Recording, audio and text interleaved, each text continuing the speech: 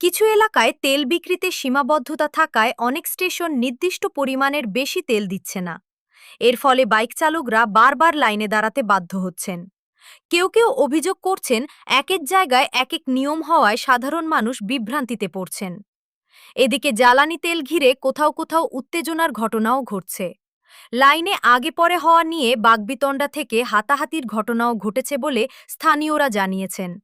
এতে filling station এলাকায় মাঝে মাঝে বিশৃঙ্খল পরিস্থিতি তৈরি হচ্ছে। অন্যদিকে অনেকেই মনে করছেন, আন্তর্জাতিক পরিস্থিতির কারণেও তেলের বাজারে অস্থিরতা তৈরি হয়েছে। মধ্যপ্রাচ্যের চলমান সংঘাত ও বিশ্ববাজারে দামের ওঠানামার প্রভাব বাংলাদেশেও পড়তে পারে বলে ধারণা করছেন কেউ কেউ। তবে এ বিষয়ে সরকারিভাবে এখনও স্পষ্ট কোনো সংকটের কথা বলা হয়নি।